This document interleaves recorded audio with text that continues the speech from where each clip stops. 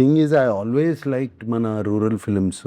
ఇప్పటి నుంచి కాదు, ఎప్పటి నుంచో నేను చాలా చేశాను rural films. I always like మన కల్చరు అది ఇది.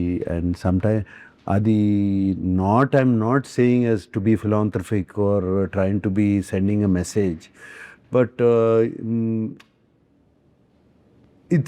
ఇట్స్ వెరీ చాలా చాలా బాగుంటుంది ఆ feeling, the feel you get ఈ రూరల్ ఫిలిమ్స్ చేస్తున్నప్పుడు.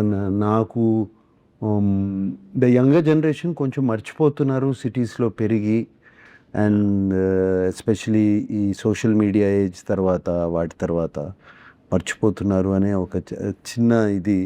అండ్ నాకు నువ్వు వచ్చి కథ చెప్పినప్పుడు ఇది చాలా బాగుంది కదా, అండ్ దాంట్లో ఉన్న మెసేజ్ కూడా very relevant.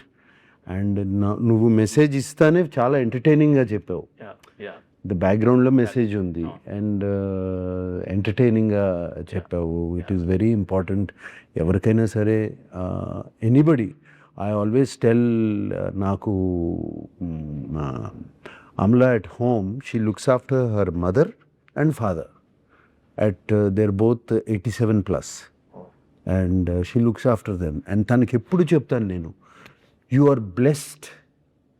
Only blessed people can get the chance to look after your parents. Wow. Wow. I always felt, ఇప్పుడు కూడా చెప్తా ఉంటాను తనకి.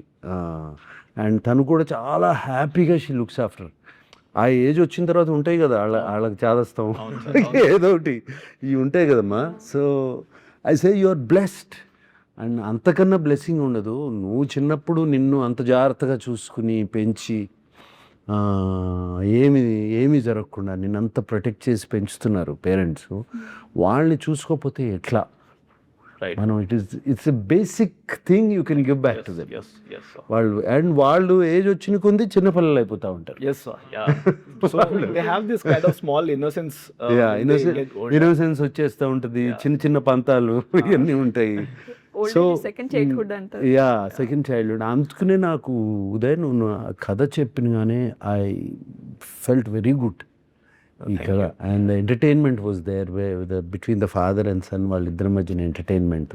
ఇద్దరికీ ప్రాబ్లమ్స్ ఉన్నాయి, అందుకని వాళ్ళు they could not do that, I mean help each other. So but నువ్వు చాలా ఎంటర్టైనింగ్గా చెప్పావు. అదే ఈ యంగ్ బ్లడ్ని తీసుకురమ్మన్నాను, నేను వెన్ ఐ వాజ్ మీరు పాయింట్